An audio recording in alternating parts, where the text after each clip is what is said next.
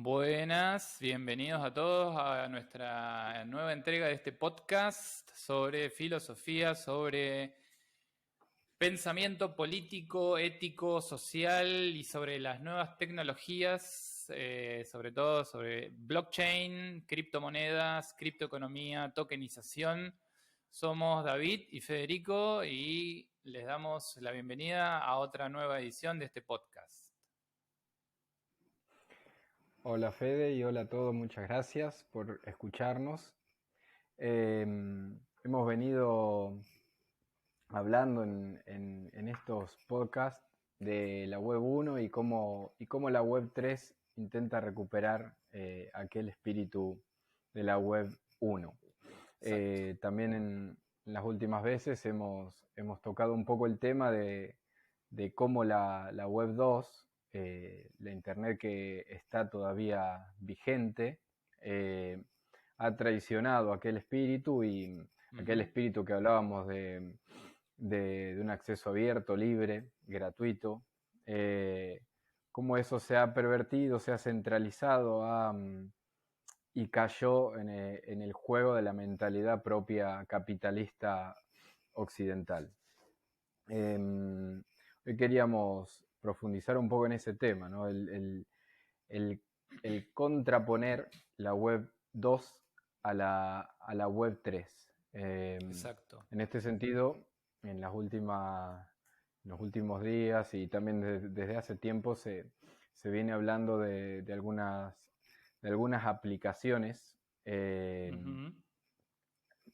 digamos, maliciosas en un sentido, en esta imposibilidad de mantener la privacidad en las aplicaciones propias de la web 2, ¿no? Como son las de mensajería, como WhatsApp, o las redes sociales, como Facebook, etcétera, y también Claro. en las del uso para el email, como Gmail. Esto de que uno una vez subido su propio contenido, subido su propio mensaje, ya no es el único dueño, ni él ni el remitente, sino que incluso tanto el que lo escribe como el que recibe el mensaje pueden borrar el mensaje y sin embargo la empresa, sea Meta en el caso de WhatsApp y Facebook, sea Google en Gmail, sigue teniendo esa información que yo produje y que para mí ya no existe, para ellos sí. Entonces, Claro. eh, hoy nos proponemos esto, ¿no? La pregunta sería, ¿por qué en la web 3 no se puede caer en este tipo de fraude? No se puede ser malicioso en ese sentido. Claro, básicamente un poco esa es uno de los eslogans que propone esta firma Andreessen Horowitz, que están invirtiendo fuerte, digamos, en temas de blockchain, en nuevas empresas, digamos, en el ecosistema de criptomonedas y de lo que es básicamente lo que es la web 3. Eh, hace semanas, ellos desarrollaron una licencia que está inspirada en las famosas licencias Creative Commons, que ya se usan en el Internet hace mucho tiempo. Y ellos le pusieron como título a estas licencias, no puedes ser malicioso. En realidad con esto ellos están un poco, estas licencias las crearon específicamente para las NFTs, porque hoy en día, bueno, esto lo podemos comentar en otro podcast, pero por ahí la gente que más o menos ya conoce algo, las NFT son los tokens no fungibles que hoy en día se están utilizando sobre todo para el arte o para elementos de colección, ítems coleccionables. Por ejemplo, ahora que va a ser el Mundial de Fútbol, los clubes están sacando ítems coleccionables con fotos de jugadores, etcétera. Estos coleccionables en el mundo, digamos, de la blockchain, de las nuevas tecnologías, se conocen como tokens no fungibles o NFTs. Estas NFT requieren una licencia. Que todavía esto es algo que, es decir, se crearon las NFT, se creó la tecnología, está la tecnología, pero el tema de las licencias todavía no estaba muy claro, no está claro. Entonces, desde esta firma Andreessen Horowitz desarrollaron Chris Dixon y otro más que ahora me voy a acordar, Miles Jennings. Estos dos pensadores, inversores, crearon esta licencia que se llama, en inglés, Can't Be Evil. No puedes ser malicioso. Que en realidad es una licencia que trata, que con este nombre, digamos, contrarresta un eslogan, que ya era un eslogan famoso, implementado por Google como parte de su ética, digamos, corporativa, que en realidad el eslogan de Google era Don't be evil, es decir, no seas malicioso, como una especie de apelación, digamos, ¿no? Y entonces, un poco el espíritu de la blockchain es no está como un pedido, digamos, che, por favor, no te portes mal. En realidad, el espíritu de la blockchain es ya las reglas de juegos no permiten determinadas acciones maliciosas.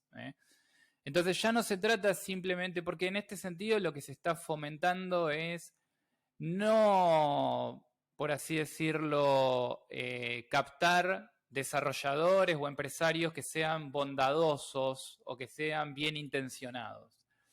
En realidad ya básicamente se invita a cualquiera, no se puede saber cuáles son las intenciones de nadie, nadie sabe cuáles eran las intenciones de Sergey Brin y su compañero cuando crearon Google, o de Zuckerberg cuando crea, digamos, Facebook. ¿Quién sabe exactamente cuáles eran las intenciones? ¿Tenían buenas intenciones? ¿Tenían malas intenciones? Eso es imposible de decir y no tiene ningún sentido discutirlo. ¿Ellos qué hicieron? Aprovecharon, explotaron, por así decirlo, la infraestructura del Internet y crearon lo que crearon y se formó lo que se formó ahora, y la gente está relativamente cómoda, relativamente de acuerdo y utiliza estas aplicaciones. Y Google promete, Facebook promete, y bueno, Zuckerberg a cada rato tiene que salir a repetirlo, de que ellos tienen buenas intenciones, de que ellos quieren hacer las cosas bien, pero bueno, a veces las cosas salen mal, como fue el caso de Cambridge Académica, por ejemplo, que fue ese un affair, que hubo un problema ahí con los usuarios de Facebook, donde se explotó, digamos, toda la información de los usuarios para utilizarla, por ejemplo, para orientar el referendo, por ejemplo, de la Unión Europea, del Brexit, la salida de Inglaterra, de la Unión Europea, o las elecciones de Trump. Se dice que fueron manipuladas, explotando los datos de usuarios de las redes sociales como Facebook, por ejemplo. Y ahí uno, ¿a quién le va a echar la culpa? Uno puede pensar que Zuckerberg es una persona maliciosa. Eso no tiene ningún sentido plantearlo así. Independientemente de eso, entonces se está planteando una nueva forma de entender el Internet, donde justamente se sientan otras reglas de juego, se plantean otras reglas de juego, donde ya no es necesario confiar en la buena voluntad, en las buenas intenciones de un determinado empresario o de un grupo o de una corporación. Porque las reglas de juego ya están planteadas de una manera que no permiten ser malicioso. Obviamente que esto es hasta cierto punto, tampoco vamos a caer, digamos, en como si esto fuera la panacea, digamos, o pensar que esta es la solución final al problema de ser malicioso o de actores maliciosos. Eso obviamente no se va a poder borrar nunca. Pero ahí ya está, digamos, con esta nueva tecnología que ofrece la Web3, donde ya está todo determinado y de alguna manera definido en el protocolo de una determinada blockchain. Entonces, al analizar estos protocolos y al analizar esta tecnología, nos damos cuenta que hay determinadas cuestiones viciosas de la Web 2 que no van a poder ser implementadas en la Web 3. Podríamos decir que hay determinados vicios que van a poder ser superados. Por ejemplo, lo que es este tema que comentaba David, que es la explotación, por ejemplo, de la información por ejemplo, en WhatsApp o en determinadas redes sociales, ¿no? ¿Cómo era esto, David? ¿Vos tenías un poco más de información? No, precisamente comentaba esto, ¿no? Cómo se sabe que estas empresas como Meta, en el caso de WhatsApp y Facebook, por ejemplo, de algún modo juntan o guardan nuestra información en sus hilos Claro. y después es Sí. utilizada para estos fines que vos comentabas, o Y por incluso más que uno borre, digamos, esa información permanece, digamos, guardada en las bases de datos de estas grandes empresas.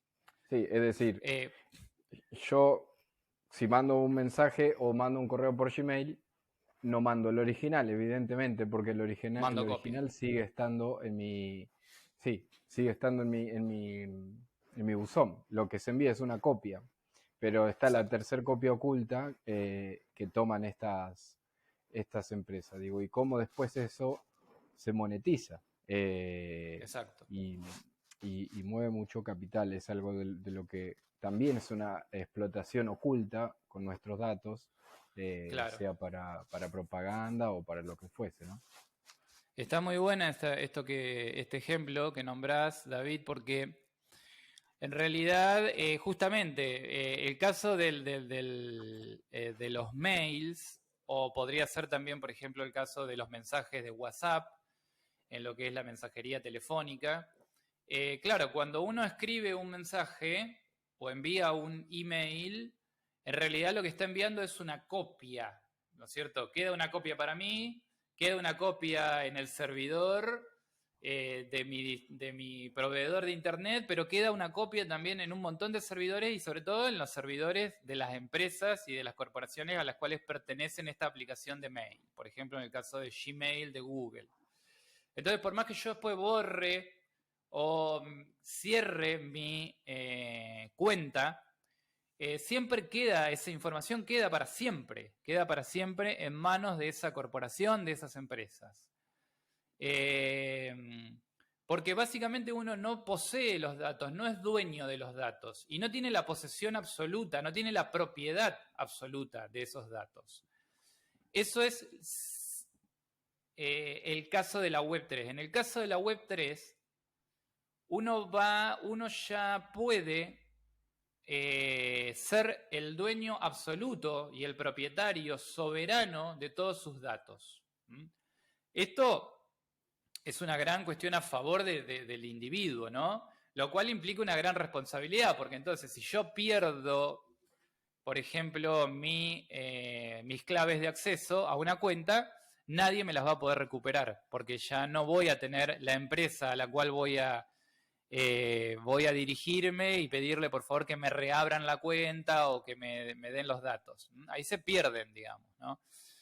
Pero esa es la gran ventaja, digamos, que yo ya soy el custodio, yo soy el soberano de todos mis datos y a nadie le está permitido, no le está permitido, pero además no puede, digamos, acceder a mis datos o apropiárselos. Porque si, por ejemplo, el día de mañana, poniendo un caso de que Facebook quiebra, ¿no es cierto? O se cierra Facebook, o Facebook cambia eh, su política sobre determinado uso de determinadas herramientas, determinadas redes de la red social, y yo no estoy de acuerdo, o que entonces quiero cerrar mi cuenta, esa información queda para siempre allí, digamos. Yo todo lo que creé que quedó para siempre en Facebook y ellos son los dueños de eso, mucho más que yo. Sobre todo porque disponen de esa información y pueden hacer lo que quieran, disponen a su antojo. En cambio, en la web, en el modelo tecnológico de la blockchain, de lo que es la Web3, yo dispongo a mi propio antojo de la información, de mis datos, de todo. Y tengo la responsabilidad de cuidarlo. Entonces, uno ya no es que, ya no importan mis intenciones, ya no importan las intenciones de los actores, sino que ya hay una estructura que me indica unas determinadas reglas de juego, y en esas reglas de juegos, teóricamente uno ya no puede ser tan malicioso, o no interesa ya que uno sea malicioso o no, porque las reglas ya están dictadas en la parte, digamos, básica, estructural, que es la parte del protocolo, y entonces de alguna manera están más protegidos los derechos de cada uno de los usuarios, y están mejor atendidos los derechos de los usuarios en este sentido, en la Web3. Entonces aquí hay un gran paso adelante y un impacto nuevo que va a tener la Web3. Bueno, esto es lo que queríamos más o menos comentar hoy. Les agradecemos a todos la atención, el tiempo. Suscríbanse si quieren a nuestro canal de YouTube, a nuestra newsletter, lean nuestros artículos y esperamos comentarios, observaciones, lo que quieran, pueden comunicarse con nosotros. Muchas gracias, nos vemos en la próxima. Gracias. Chau, chau.